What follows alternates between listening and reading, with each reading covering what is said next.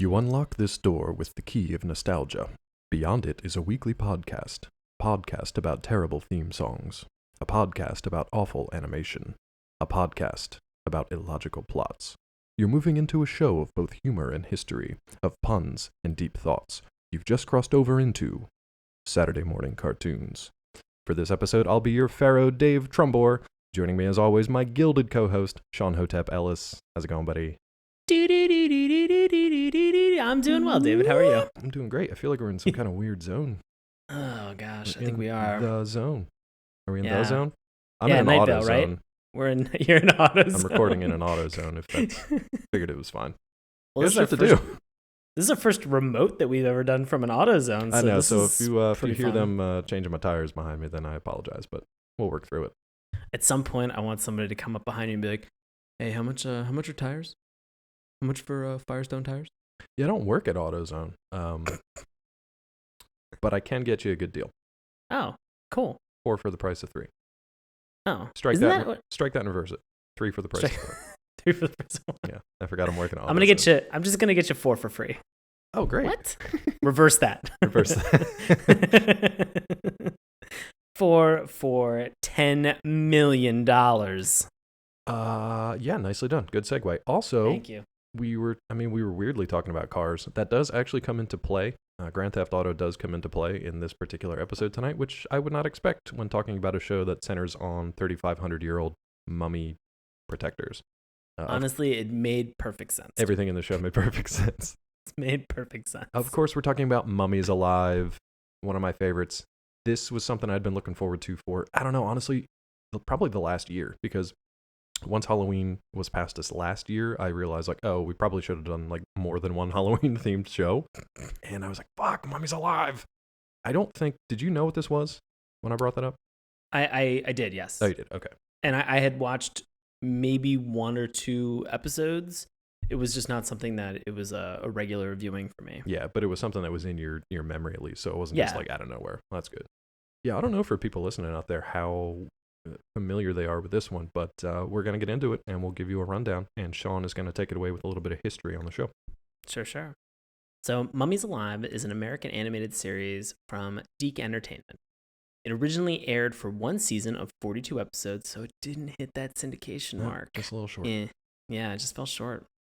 It ran in 1997 with the last 2 episodes linked together as a finale. Eric and Julia Lewald, writers-producers for Mummies Alive, were also the head writers for the non-canon series Gargoyles, The Goliath Chronicles, which we've obviously talked about Gargoyles, but not The Goliath Chronicles. No, that was the one that kind of like, they really Disneyfied that one, and that was sort of like the last hurrah, and most fans of the Gargoyles series were not fans of Chronicles, if I remember correctly. Yeah, I went back and watched some of it. I did not expect Goofy to show up with Donald as often as it was real weird. Yeah. And then the dude from Kingdom Hearts with the key, very bizarre. I almost can't even tell if you're joking or not, because Disney would do something like that these days. Yeah, I know. So, similarities between the show led to criticism describing Mummies Alive as a little more than a Gargoyles clone. Would you say that this show got a bad rap, Sean? Oh, I fucking hate you for Yeah, that I got to get my puns in early, because No otherwise someone else will bones beat me to about it. Oh, It God. was a bad joke. It was a bad joke. It was a bad joke. Luckily, there aren't too many. I don't think there are too many awful puns in this show. They have a couple like No, catchphrases that thankfully. they hamstring. You know. Yeah. But- And when they came up, I was like, I paused for a moment when one of them came up Oh yeah. and just verified and double checked that that's what they actually said. Okay. Because I was so incredulous. I honestly, I did one of those moments where I paused and went, come on. All right, whatever. It's like, are you really gonna go for that? Yeah, you are. You did it. You know, fair enough. Yeah. Fair enough. Fair enough. Fair enough. God damn it. Yeah, you walk right into that one. Oh! Guys, we are just auditioning to be writers on the reboot of this show, and I think we're killing it. So. But before we do that, Yeah. can you give us a little bit of a synopsis about this train wreck of a coffin? Absolutely. So in ancient Egypt, an evil sorcerer named Scarab, of course, kills the pharaoh's son, Prince Rapses, so he can become immortal. Entombed alive for his crime, Scarab revives in the modern world and begins his search for Rapses' reincarnation, a San Francisco-dwelling boy named Presley Carnavan, to retrieve the spirit of Rapsy so he can become immortal. Rapsy/Presley's bodyguards, Jackal, right? Yeah. Like not Jackal, but Jackal. Yeah. Wrath, without a W. Armon, who we'll talk about in a minute. And Nefertina, along with Rapsy's cat, Kati. I believe we're calling her Kati. Yeah, it looks almost like the phonetic way to say kitty. Yeah. In ancient Egypt, I guess. Yeah. So Kati is what we got. It's a cat, Fair whatever. enough. They wake up from the dead and protect Rapsies from Scarab. They use the power of Ra to transform into powerful guardians. You can pretty much just from that intro, and then if I tell you that this action-adventure show just kind of follows the tropes of a good team versus a bad guy protecting, a human. This is why it drew criticism for seeming a lot like Gargoyles.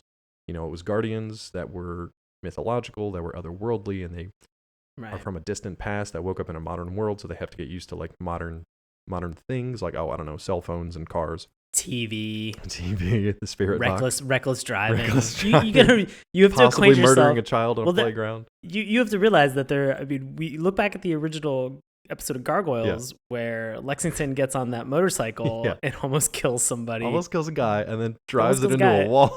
Right. And blows it up. Because he wants to get that, he wants to get that AoE damage. Yes, exactly. His aim was just a little off. Area of effect damage. I got it. I know. I had to Google it the other day. I often choose the Gargoyle class when I'm playing Warcraft. Oh, do you? Sure. I would if I played and if it was available. And I don't know. I also don't know I don't know what either of those things are, but, but just Dave just shrugging right now is just like, I think it's a thing. I think I'm playing Hearthstone. I'm just gonna play Hearthstone from now on. God, I'm so bad at that. That's a true story. Yeah. Fact. If they made like a weird Egyptian version of Hearthstone. Oh wait, they did. It's called Yu-Gi-Oh. This show was like, so it was mid-90s, like Sean said, 97, right? So we checked. Yu-Gi-Oh, the animated series, I believe started in 98, but I don't know if and when the manga started. So usually I'm assuming the manga came first. I didn't do my due diligence on this one because it's not super related, but it seems like maybe there was some cross-pollination between these animation companies, between Deke and Toei, which Toei did Yu-Gi-Oh! And they were probably just like, we should probably get on this Egyptian train before it takes off here. Yo, all aboard this King Tut train. Woo, woo. Oh, that was your perfect. You could have tut. No? Tut. Nah. I'm fading. That's okay. Let's jump into the theme song here. That'll revive us a little bit. This is your area of expertise. So how did you feel about this theme song? It was interesting. Ooh, that's never good. I was a little confused. Okay. There's seemed like there was a decent amount of exposition in this. Yeah, they just cram it all into the first 5 seconds, and you can't understand what this guy's saying. Yeah, I had to rewatch it a couple times because he's talking like the guy from the Micro Machines commercial in the 80s. But really low and like this, so it's not even like at a point that you can actually understand what he's saying. It's just kind of like he's whispering it to you like it's some sort of arcane knowledge, and he's just gonna let you know what it is. Yeah, right. And so it was so creepy and quick. And I'm glad that you sent me. I had to. The words for this because I looked it up as well, and I was because again it's your first introduction to the show, right. And you're trying to understand some of these concepts. There's a lot of things that are here, and as Dave mentioned, we introduced some of these bodyguards for Presley, who I'm just going to call Elvis for the rest of the episode. That's fine. And so you get all of Elvis's bodyguards and sort of how they've got these sort of different takes on the different characteristics, and they give off a very Ninja Turtle-esque vibe. Okay. In some instances, or at least they fall into that sort of 4-man troop trope. Yeah, definitely. Where, there's definitely that trope. One guy's the leader, exactly. One guy's the smart guy, one guy's the guy that just likes to party and eat food, and then one has mummified titties. Yeah. And so, standard mummy business. Standard mummy guardian group.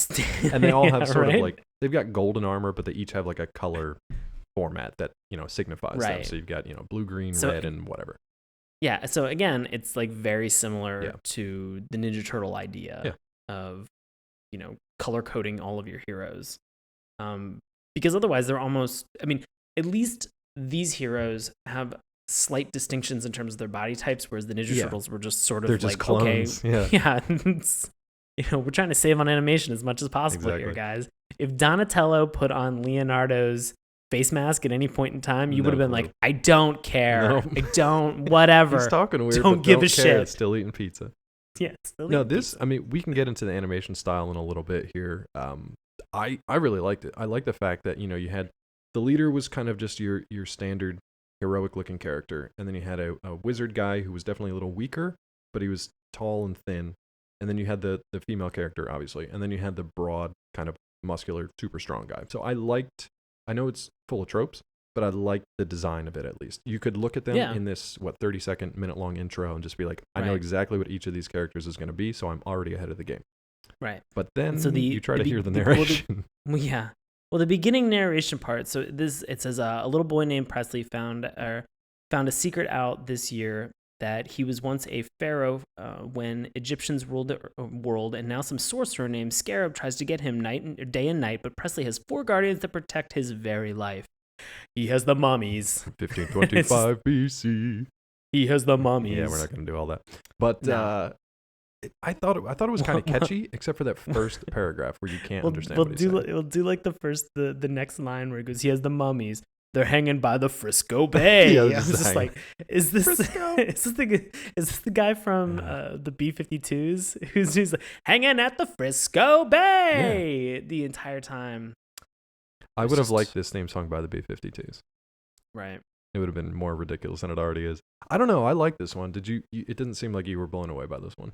I was a little confused when they hit me kind of at the top with a lot of exposition that I was indecipherable. So it forced me to go and do a little Google research and find it. And then, I mean, it was fine. You when they sort of do the recap of the Guardians and them sort of like transforming into their next form where they have more powers. Right. That stuff was very cool, and I enjoyed that. So, I mean, it's a very clips-based. None of this had the impression or feel that it was actual animation that was made specifically for this theme song. Yeah, it was just pulled from other episodes, like you said. Right. But it was cool because, I mean, you got to see who they were. You got to see them change, like you mentioned. And then, like I said, you were ahead of the game. So you already knew. I mean, not that they really drag their feet in this thing, man. Like, these guys, you're maybe 5-6 minutes into this, and these heroes are just like, boom, fully formed, ready to go. There's no lead up. This is an origin story that we're going to talk about today, too. So this is episode 1-1 called, this is the worst part of the show, called Rah, Rah, Rah, Rah. They sound very excited about what they're doing. Cheering us on and just a lot of cheering. It's so cheerful. Are these mummies, were they cheerleaders back in Egyptian times? I'm guessing one was, if you know what I'm saying. Definitely Armon. Definitely Armon. All right, do you want to talk about them for a little bit so people have an idea of who we're talking about?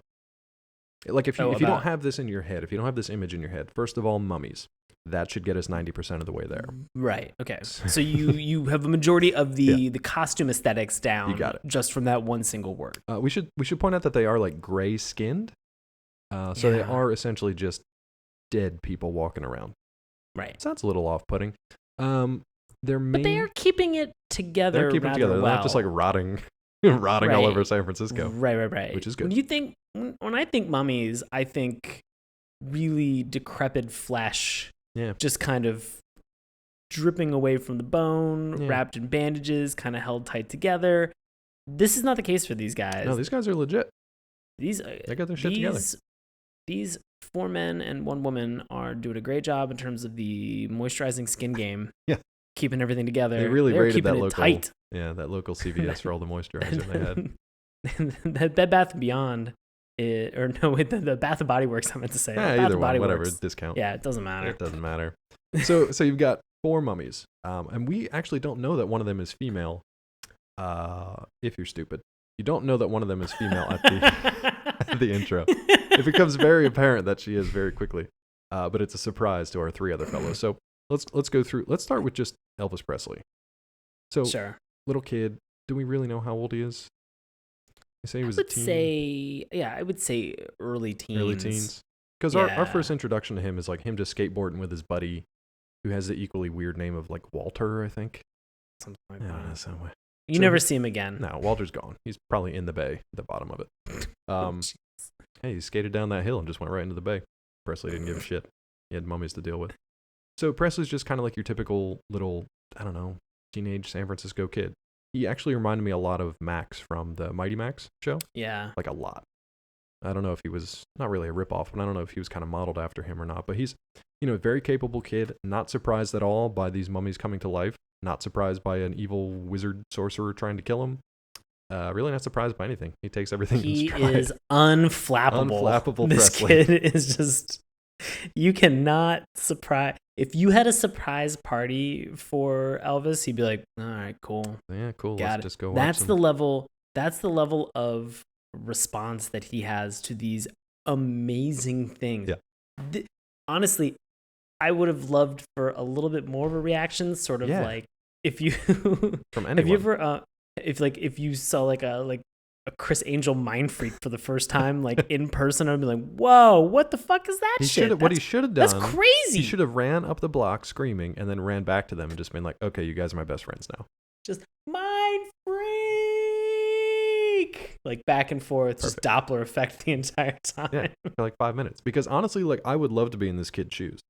The kid was fine. I mean, they don't make it seem like there's any actual issues that are kind of plaguing him. There may be a missing father figure, but other than that, it sounds like that mom's a workaholic. That mom's a workaholic, but she got snack money, so it's fine. What else do you need? Yeah, fair. He gets to hang out in the Egyptian exhibit all day and just play around with mummies. So okay, let's go through our the first one we're actually introduced to is the bad guy. So Scarab, of course. Yeah. Please don't name your child Scarab. He will grow up to be a mummy sorcerer. What is it about scarab beetles that screams bad guy screams Egyptian bad guy? Yeah. Because if you've watched any of the Mummies movies, back or when like Brendan Scorpion Fraser King, still had hair. Yeah, when Brendan Fraser still Poor guy. Jesus. If you're listening, I'm sorry, dude. I love you. Sorry, buddy. I mean, I can empathize. Dave can't. Not yet. Give me time. Full head hair.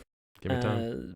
But what is it about scarab beetles? Are they destructive? Like, I guess they're just creepy and kind of like a scourge over there. Maybe they're probably just totally fine, but it's one of those things. Insects are creepy. Like, yeah, it's just one of those mythological things that I'm sure there's some sort of truth to at some point along the way, but I don't know. It's just creepy.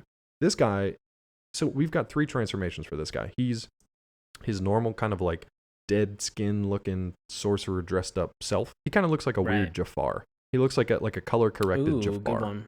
Or an uncolor corrected Jafar, I guess. Like a rough sketch of Jafar. Yeah, like early stage concept art Jafar. Yeah. No beard, purple robes for some reason. Pitch meetings in Jafar. Yeah, just dead skin flaking off.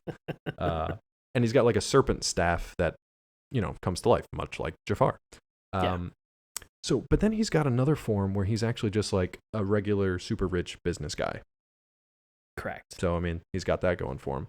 And he's under the name of Mr. Stone. Mr. Stone. Mr. Stone. And we'll get back to him in a second. But so he's got these 2 forms. He's got regular sorcerer mummy, and then Mr. Stone, regular man about town. But you mentioned there's a third one. Hit me with that third one. That third one is his transformed state, where he basically just turns into a giant purple scarab beetle, like a fucking Beetleborg, and just goes flying around town.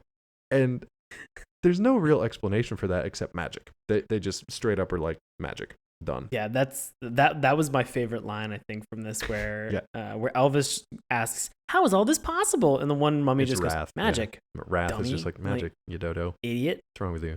Are dodos still around? I've been dead for 3,500 years. Are dodos still around? All right. Yeah, are they still? They were my favorite delicacy back when. No, they're dead. Shit. Put me back in the ground.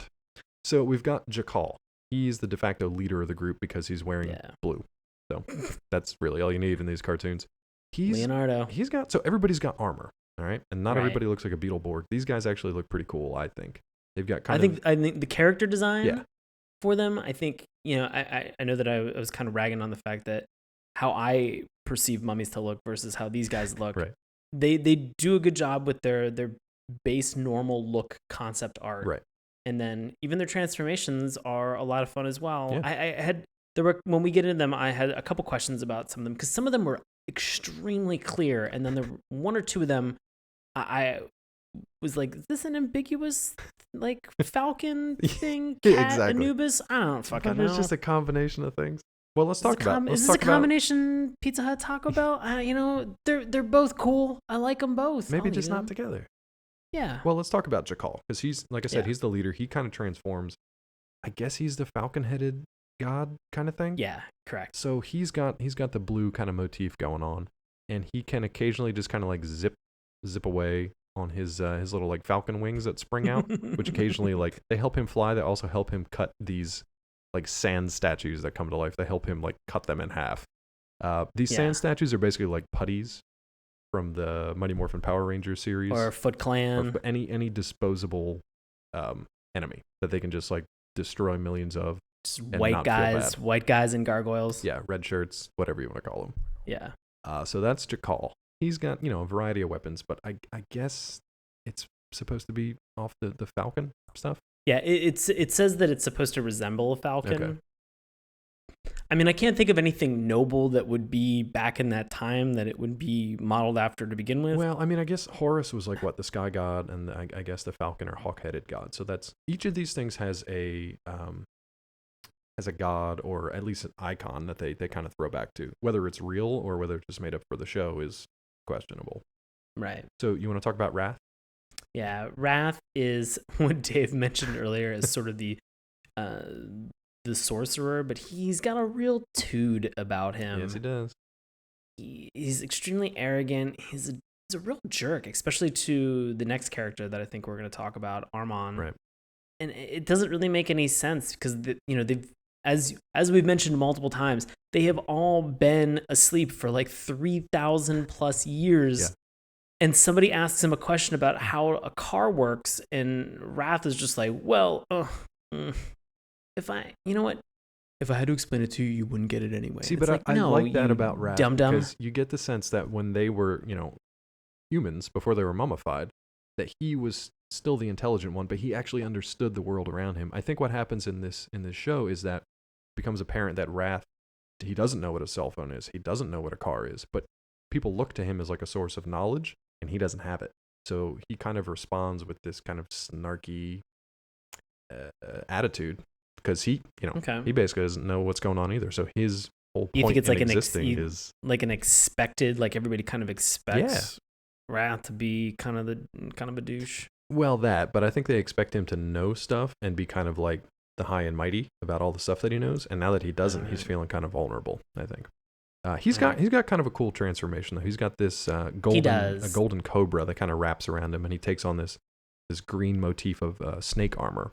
And then at one point he can actually turn into a snake himself. Yeah, or at least just his head, which was a little startling. His head.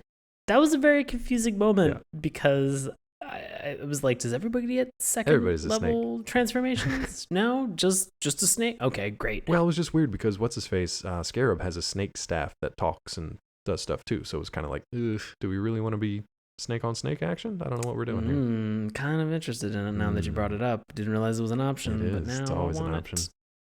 Now I want it. So yeah, he's sort of he's the sorcerer. He knows a couple spells. They don't sort of seem to be so super successful all the time. Well, what I liked about his stance on stuff is when he gets like physically overwhelmed, which is fairly easy for him because he's like their magic guy. He then calls on to the next guy, Armon, because he's just like, Armon, little help, because he can only handle like one guy at a time. Meanwhile, Armon, who I don't know if he's your favorite or not, but you like Armon? I did. Okay. I think that the last two mummies I think are probably because I want to say that they had the most personality. Yeah. And in the episode that we watched, I think that that's attributed to the fact that in the pilot episode, they get more screen time than the other two. I will say, like, I kind of feel like it was Armon and Nefertina over Wrath, and then really just Jakal was just sort of, he was there and doing stuff, but you were just like, whatever. Yeah. Honestly, the only time I remember him, the only time I remember him is when he was trying to deliver a one-liner and he just gets blasted off the top of a truck. That was the only part that I was like, oh, there goes Jakal. But Armon's pretty cool. I happen to like Armon. The fact that they named him Arm-On and he's only got one arm. Yeah, it's kind of a big middle finger. Yeah. But only from one hand. So he's obviously the big, strong, kind of dopey eats all the time. He's that character, right? Michelangelo. He's Michelangelo with one arm. For whatever reason, he has a ram motif. So he's kind of the bull-headed ram of the group, and yeah. So that's his thing that's going on there, which is kind of weird because it's like a sacrificial shepherd creature. I don't know why that's like the thing they chose for him, but whatever, it works.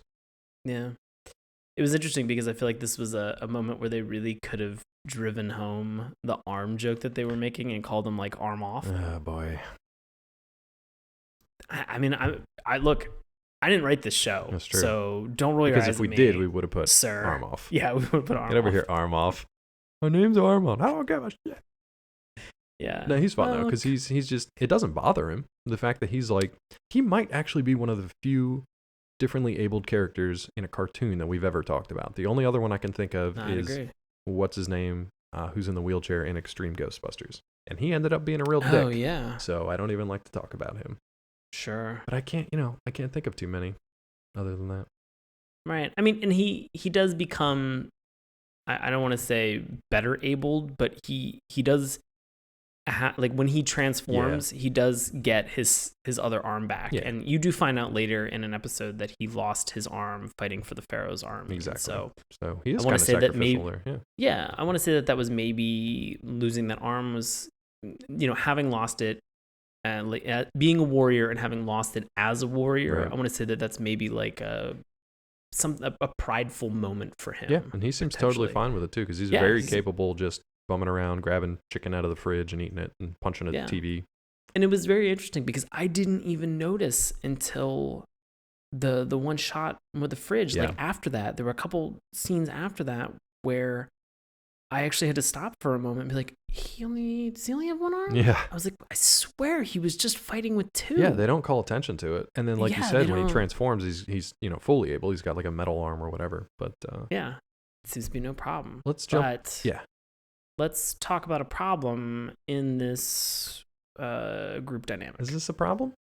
This is not a problem. It's not a problem. Unless it wasn't a problem for me. Young Dave, even older Dave, young is Dave. Like, this is not a question. There may or may not be some crudely drawn female mummy characters in like an old notebook back home. Oh boy, probably not. I like it. But there could be. I like it. So yeah, go ahead. Jump into the introduction for Nefertina, because she's not introduced as Nefertina. You find out, and you are. All of the other mummies that we've talked about, Jackal, Wrath, Armon, they all believe that Nefer is in fact a man. Because he's got like a skull cap on and not long hair. So that's all it takes. And Elvis Presley, when they say that about everybody being guys, Elvis Presley's just like, no, Nefer's a woman. Do you remember what she was doing when he pointed that out? Was she like sitting on an armchair? Yeah, we'll get to the plot in a second, but she literally just like goes to his like Barca lounger and just chills back in it like she's done it all her life. Right. Like if I was a 3,500-year-old whatever, regardless of whether I was a mummy or not, and I walked into a house and saw like a contraption that had like levers on it and moved and like, rocked back and forth, I'd be like, this is a fucking like torture chamber or something. Right. Not just making myself at home, Nefertina. Yeah. Would have had no idea what to make of those pieces of furniture, but she just made herself right at home and then gets called out immediately for being a woman. Oh yeah. She gets called out for immediately being a woman, and then after 3,000 years, she finally decides to reveal, I've been catfishing you guys the whole time. She takes down that long, flowing gray hair. Beauty. Yeah. Beauty. Oof.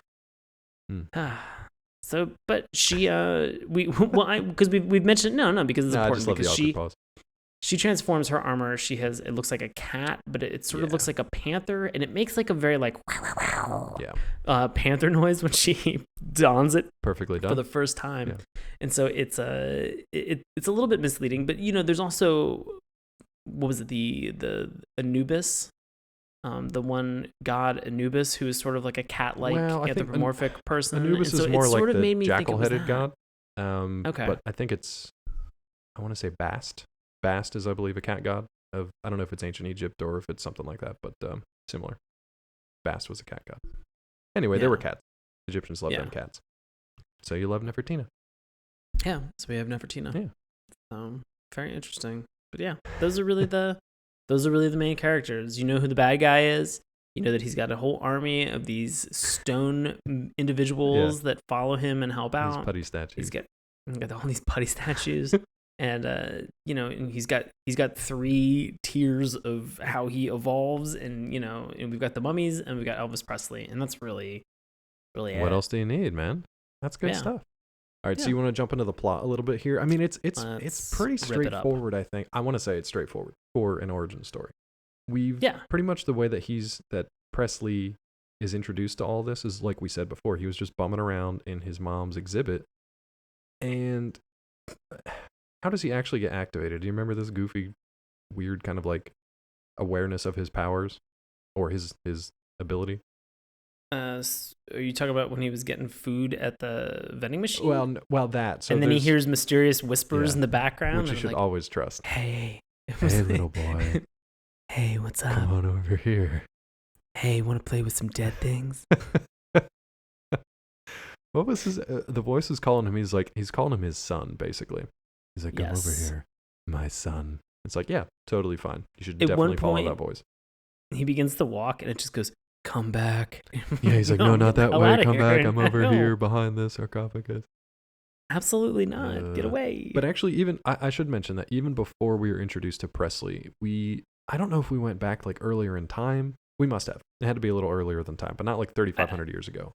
Presumably. Yeah. I want to say that I was led to believe that this was an archaeologist who was trying to find where some of the things that end up in this exhibit are where they're located. Exactly. He finds the tomb, he uncovers them, and he makes this very emphatic declaration where he goes, where they have a Jeep that has like a winch in the front of it with the rope, and it's pulling this entry seal, this barrier, this giant piece of stone, and it's pulling it, and he is not touching or doing anything. This is exactly how archaeologists do it. They just hook a winch up to shit and just claw hammer and just drag it apart. So Indiana Jones of this guy. Yeah.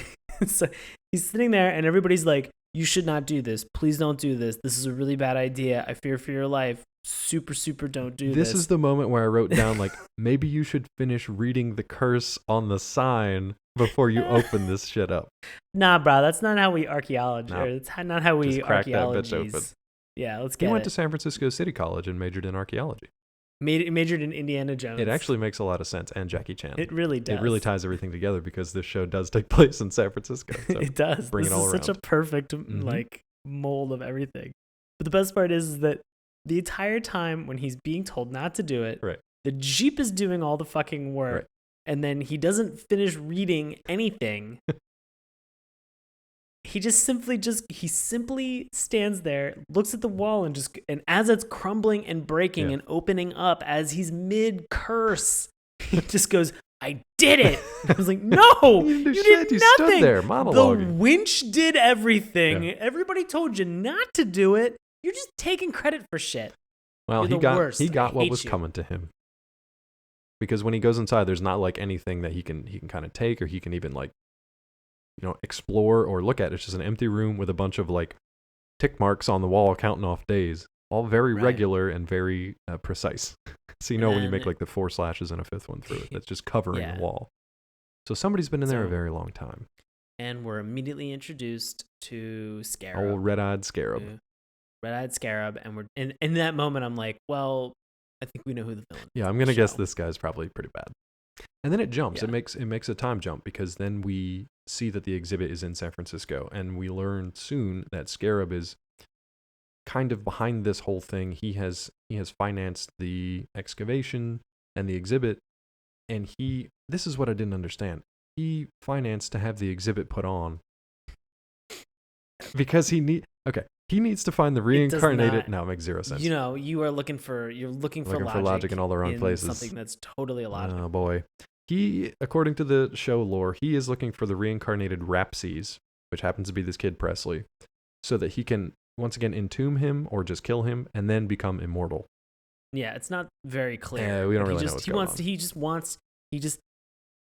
He wants to capture a little boy and then become immortal. Yeah. Whatever happens in between is whatever happens between you and your god. So, or your gods, as the between case you may and be. Ra. Between you and Ra. The power of Ra. Oh boy. So, for whatever reason, he decides to bring all of Pharaoh's guards in their mummified forms and their sarcophagi with him. So, of course, when he starts to threaten this little kid, the kid, so Presley actually learns about his powers by tripping over a sarcophagus of a mummified cat. Right. He trips over it and then cradles it, and he's like, oh, poor cat. And he's like, wait, I don't even like cats. He has this really emotional moment where he cries. And then just completely turns it off. He sheds a couple tears, and he just sits there and just goes, oh no, like what? What is going on? Poor dead kitty. This poor kitty. And then he's immediately, like, fuck it, I don't even like cats. A fucking psychopath. This kid is a psychopath. Just bipolar or something. He's medication, not mummy guards. But then he gets like this weird kind of like glowy aura around him. And that is when I think Scarab kind of comes out of the woodwork, and he's just like, you are the reincarnated Rapses in the flesh. And he's just like, get the fuck out of here. I don't know what's going on. How did they... He trips over a cat sarcophagus, and that's the telling point? That's how it was written. That was the... He started to glow. He had a weird Jerry glowiness Springer to him. DNA test reveal. Mm-hmm. It was like, you are the Pharaoh. Not to mention... Yeah, you... Exactly, thank you. And so you have to think to yourself, like, did they just put a small cat sarcophagus in the middle of this display? And if anybody tripped over it, they'd just be like, you're it. You're Rapses. You're Rapses. Well, hey, it was enough for the mummies because they all spring to life and instantly transform. So I was just like, holy shit, this show just really took off. Again, and it's like you did the catchphrase too already, which is they all immediately just go, power of Ra. Oh, it's with the strength of Ra. I apologize. With the strength of Ra. I wrote down power. Yeah, that's because we're so used to Power of Grayskull and Mighty Morphin Power Rangers and blah blah blah. Yeah, I think it's with the strength of Ra. I could be wrong. Okay, I could be wrong. All right. But either way, they praise Ra and then they transform into golden guardians. Right. So it's at this point that Scarab has, he started sending these sand statue guys after Presley. So Presley's running around trying to avoid them. The guardians come to life. They kick all kinds of ass. Even the cat mummy comes to life, but he does not transform. And what happened next was probably the funniest damn thing in the episode. Do you remember? What was that? So Scarab and Scarab tries to kidnap Presley, and he like blasts a hole in the roof because he's in Beetleborg mode now. And he grabs the kid and tries to fly away. So Jakal is just like, well, I'm just going to shoot a fucking arrow. So he shoots an arrow that just barely misses the both of them. A, maybe just kill Scarab at this point. B, maybe don't take the chance that you're going to skewer your pharaoh you're supposed to be protecting. He like nicks the shirt fabric that Scarab is holding on to, so Presley falls. On like the back of Elvis Presley's like neck. Yeah, like his scruff of his neck. And and he falls and Armand catches him, so Scarab's blasting him, whatever. That whole thing, fine. Eventually the Guardians, they get the one up on Scarab and Scarab takes off. So now there's a hole in the roof, but there's a whole lot of commotion, so Presley decides like, I got to get you guys out of here.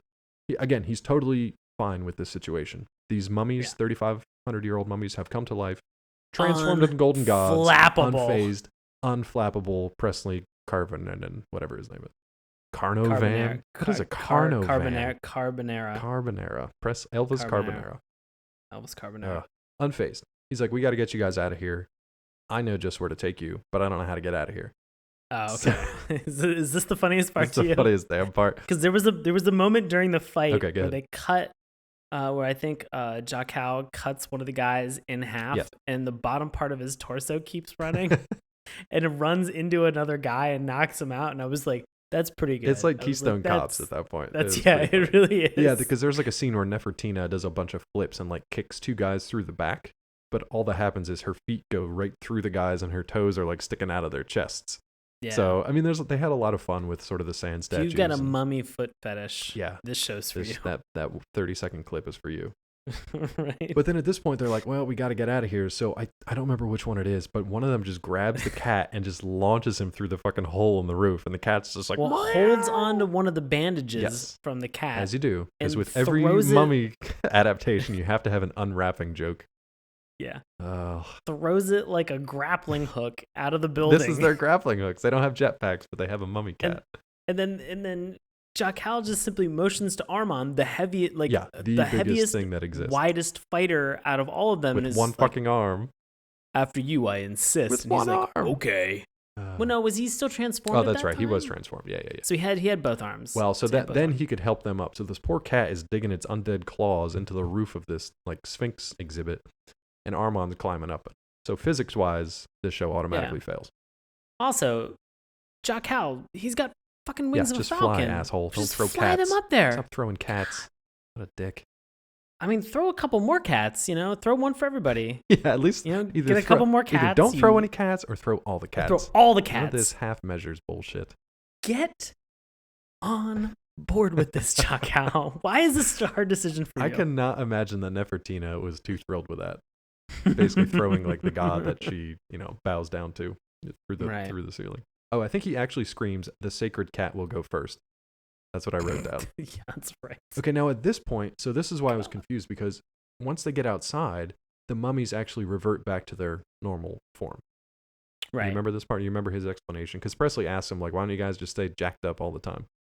Yeah. He's like, you guys look pretty cool when you're jacked up with all your armor. And this guy's got two arms instead of one. That's way better. Yeah. They're like, well, and they do a very good job of explaining it. And they're just like, well, we have these magic powers, and they are limited use only. Right. And then in order to recharge them, we need to lay and rest in our sarcophagi. That's what gives us our powers. Yeah. So you're like, okay, like I see the binding to a certain object that's going to become important. Understood. I get it. Maybe those things are going to be of importance later. Oh, maybe. So they absolutely are. Spoiler alert. Spoiler alert. It's funny though, because it was pretty much like right out of Green Lantern lore. It was the same kind of thing. Right. Yeah.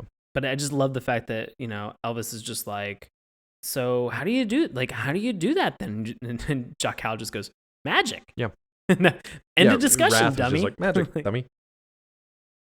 God, how did you think they? Doesn't matter. So it's at this point that they somehow magically just like get home to Presley's place. And you never see them, like, I don't know if he lives right across from this joint or what, but they just get home without anybody seeing four mummies walking around town. Right. Or at San Francisco, everybody's, probably used to seeing stuff like that, so it's fine. But he gets him home. That's when we find out about Nefertina, and she literally just lets her hair down. And Presley keeps everybody at home. So he more or less just keeps them in his room. Yeah.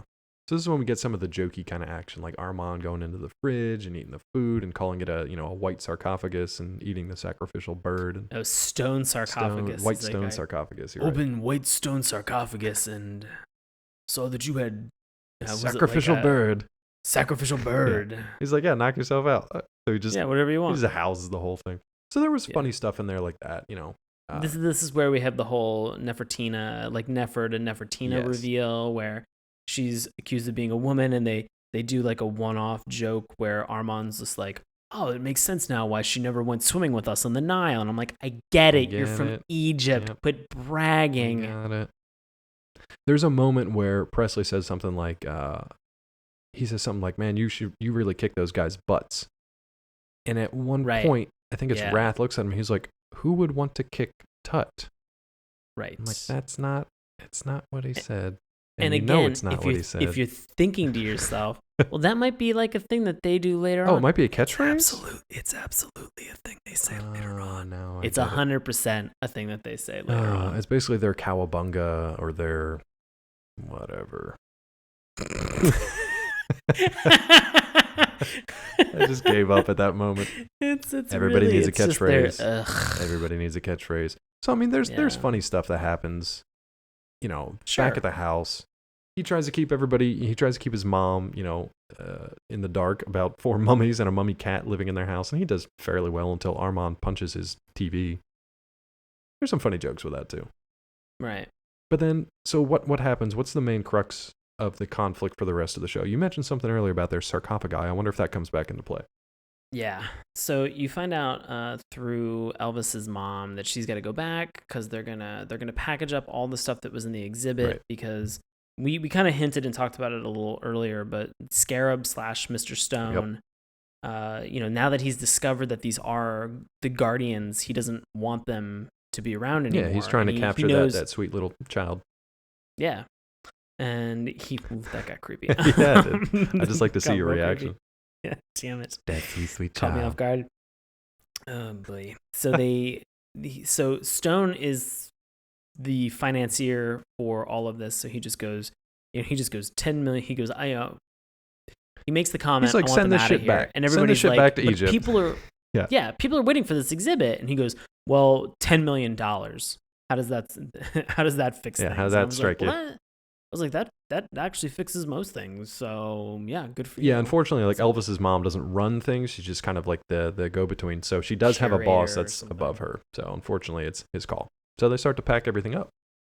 So they get to the point where they're going to take the sarcophagi and they're going to get rid of them. Right. And so the Guardians realize this and they get upset. And so I wrote down this thing, which is a pretty long sequence of events, but I just want to read the highlights from it. I might have to pause you at one point because I know it's about to happen. And I have to jump in. Yeah, I have one burning question that I need to know about, but go ahead.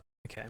So Wrath uses his magic powers to start the car. As you do. Which is, to him, it's a chariot. Yes. Calls it. Horseless chariot, I think, yeah. Horseless chariot. So then they let, and we should say horseless chariot for them because that is a point of contention for them that they obviously are not going to understand. Ever. But at the same time, they let Nefertina immediately drive. Yep. So woman driver, she almost hits a kid. This is where I need to stop you. Yeah, okay. I wrote down why was this kid just playing alone in the grass in the dark? Is what I would like to know. I don't think you understand how victim works, Dave. He's the victim in this. He would have been. They missed him by that much. Right. Him being there is inconsequential. They should have never let those mummies drive. In fact, they should have never taken a car. Drive. Mummies against drunk driving. But I love that there was just a small it's just a small child playing in the dark about to get run over by a mummy-driven car. Great. Right. Great. How did she avoid him, by the way? Do you remember her little trick? She uses her whip and she lashes her whip out and grabs a post that's nearby, like a lamp post, and uses that in order to doesn't turn the steering wheel. No, that's too difficult. Her horseless chariot. She uses her whip and the power of her grip to whip that thing around. Slingshot a car. Physics. Non-existent. Apply here. All right, what else you got? That's all for me. So what else you got? So Nefertina then proceeds to throw all three of the mummies out of the car that are in the back. Well, they didn't put their seatbelts on, like Elvis told them. That was a big thing when they were just like, "How do you stay in here?" And they're just like, "Well, that's why you got to use your seatbelts. Everybody's got to use their seatbelts." I love that. That's why you need to use your seatbelt. So when a crazed person is driving the car, you don't fly out the back. But then, here's where everything pays off. Yeah. At some point, we've had this horseless chariot joke, and we've had this seatbelt PSA that's been shoehorned into this thing. Right. So suddenly, Elvis is like, "Yeah, there are 180 horses that are under the hood of this car," which is actually accurate because I believe that was a Jeep Cherokee or Wagoner, which is more or less what I have. So there's a little, there's a little popular mechanics tip for you there, kid. The only fact of the podcast. Fact checking with Dave. Under the hood with Dave Trumbore. Please let that be a new thing from now on. That's all I got. That's the only car fact I know. The only car. I call the car fox for everything else. Anyway. Show me the car fact. So we have the joke about 180 horses with Nefertina is just like, what? They must be really small. They must be really small. So then we also have, I think it was either Wrath or Jackal that was just like, "Oh, this is why. Do not get thrown out of a car. This is why we need a seatbelt." Yeah. And first and foremost, you should always wear a seatbelt. Second, never fucking let a mummy drive. Yeah, don't let mummies What are you drive. doing? At the very least, she does not have her license. So they are speeding after, and they finally come into contact with the truck that is transporting all their sarcophagi. Exactly. And so that's sort of where this crazy chase montage. It's like it's a new breed of apple. Yeah. It's a cross between a Montauk and a Macintosh. Thank you. You're welcome. It's delicious. So this is where they come to the conclusion of this crazy chase. Yeah, which started with Grand Theft Auto, by the way, and finishes with Grand Theft Auto ×2. So that's fun because this was basically this was Elvis's mom's boss. It was his car that they hotwired through magic and nearly kill a kid with, destroy, and then end up like wrecking this car. I don't think we need to go beat by beat through this fight that kind of ensues between Scarab and his statues and the Guardians again, because it's fun, but there's nothing really too crazy that happens except Jakal getting blasted when he tries to deliver his one-liner. We also do get the "Let's kick Tut" rally cry that is screamed at some point. So you've got the strength of Ra to let them transform, and then you've got "Let's kick Tut" as their big charge phrase. So as you may have guessed, Scarab is defeated. The mummies regain their sarcophagi, and rather than go back home with Presley, they just decide, fuck it, we're just going to hang out at that Sphinx exhibit because that place seems pretty cool. Well, they drop Elvis off at his place, and he simply says to them, okay, well, you guys leaving? And they're like, no, we're your guardians. We are going to protect you, Prince for at least the next 41 episodes. Yeah. So we're here to stay, Prince Rap Battle. Like, don't worry about it. Like, we're going to be hanging out. Yep. We're going to be, we'll be around. And so he is spaghetti. And so he looks at them and is just like, well, where are you going to go? And they're like, don't worry. We know a place. Yeah. You don't know one place. We know one place other than your house. You lying ass mummies. It's right across the street because you can see it from your house. Exactly. Oh. So I'm going to assume that that's where they end up. Sorry, what was that? I mean, I'm assuming without watching the second episode that that's where they end up. I'm assuming that since San Francisco City College built a giant replica of the Sphinx to hold a 4 sarcophagus mummy exhibit, I'm going to assume that that's where they're going to hang out for the rest of the time. Please let it be true. But before we wrap up the show, did you have anything else from this particular episode or the show you wanted to call attention to, or anything that stuck with you? No, I want to get into some reviews. You do you have anything real quick? I don't, except that I'm just happy to say, I guess this will kind of go in reviews and recommendations, but I'm just happy to say that this show was pretty much exactly as I remembered it, and that is actually a good thing for once. That's great. Yeah, I enjoyed it when I was a kid. I really liked it now. I wouldn't say like it held up at all, but it's just fun. It's a fun show. If you like gargoyles, but maybe something a little lighter, it was just fun. So we'll get into that in a second. But we have a second opinion from a couple other folks. I think you're going to take the first review. Is that correct? Yeah. Here we go. All right. This is an IMDb review. So we have this is an IMDb review, and it says, the title is "With the Strength of Ra!" exclamation point. I'm going to try to get the exclamation points in here correctly. It says, and this is one of my favorite parts of this whole review. It says, author, I'm not telling you, in parentheses, Rashayla. Come on, Rashayla. Good try, Rashayla. What the fuck are you doing? We know who you are. Rashayla, you are lazy, and that was a bad joke. She writes, Mummies Alive is pretty cool. My second favorite show, to be exact. The only problem is, how come Roth is so smart? And I say this like it's not, she put Wrath.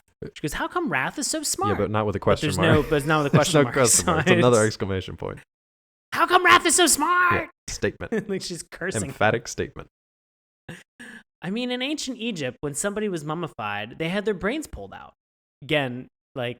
Pretty much if we don't say it, there is an exclamation point. There is just an exclamation assume that everything is an exclamation point. Even so, that just makes everything even cooler. Beep, beep, beep, beep. I guess all I can say is, with the strength of Ra. Note, Ra is the name of an ancient Egyptian sun god. It's the only part without an exclamation point. It's the only point. It's a PSA from Rashayla. When Rashayla drops knowledge, she's like, look, I don't need to get excited about it. It's factual. It's just factual. Enjoy. Yeah. Everything else was from the heart. This is from my brains. This is from my brains. All right, we're actually going to double it up with a second review here, so I'm going to take this one. This is also from IMDb. It is titled, Good Show That May Frighten Some Children. So I'm glad we picked it for the Halloween episodes here. This is from Grace Zay. This is back in 2006, so well after the show ended. Grace writes, I used to watch this show when I was a growing up. When I only remember it vaguely, though. If you ask me, it was a good show that may frighten some children. 2 things I remember vaguely, the opening sequence and theme song. In addition to that, everyone was ideally cast. Also, the writing was very strong. The performances were top grade, too. I hope some network brings it back so I can see every episode. Before I wrap this up, I'd like to say that I'll always remember this show in my memory forever, even though I don't think I've seen every episode. Now, in conclusion, if some network ever brings it back, I hope that you catch it one day before it goes off the air for good. Thanks, Grace. That was Grace, almost English. Grace, you're a peach. When I was a growing up. When I was a growing up. When I was only, when I only remember it vaguely. My favorite part is how vaguely she remembers every detail of the show. And it was ideally cast. Hey, performances were top too. Yeah, top grade. Well done. I only remember the theme. Top grade. The theme, though. Top gear. Top gear challenge. All right, buddy. Time for your review and recommendation. Do you recommend people check this show out? Yeah, I would recommend people checking this out. It's interesting. They got this stuff pretty quickly. It was enjoyable. I found myself enjoying this one. Would you a little bit? Would you go back and check out some more episodes? Yeah, if I get some time. Yeah, given the time, ideal world, yeah. all that. Yeah, I would definitely go back and check out some things. I'm kind of curious. I'd really like to see the episode where they do a little bit, do some flashbacks, because I want to get on the Armand stuff and see how he lost his arm. Yeah, I'd like to see that too. And I think if memory serves correctly, there is an episode either where they go back to when they were humans in ancient Egypt, or there's some sort of spell that actually turns them human in modern times, and they have to kind of give something up. Just like gargoyles. Just like gargoyles. Just like gargoyles, Just guys. not like Teenage Mutant Ninja Turtles, though.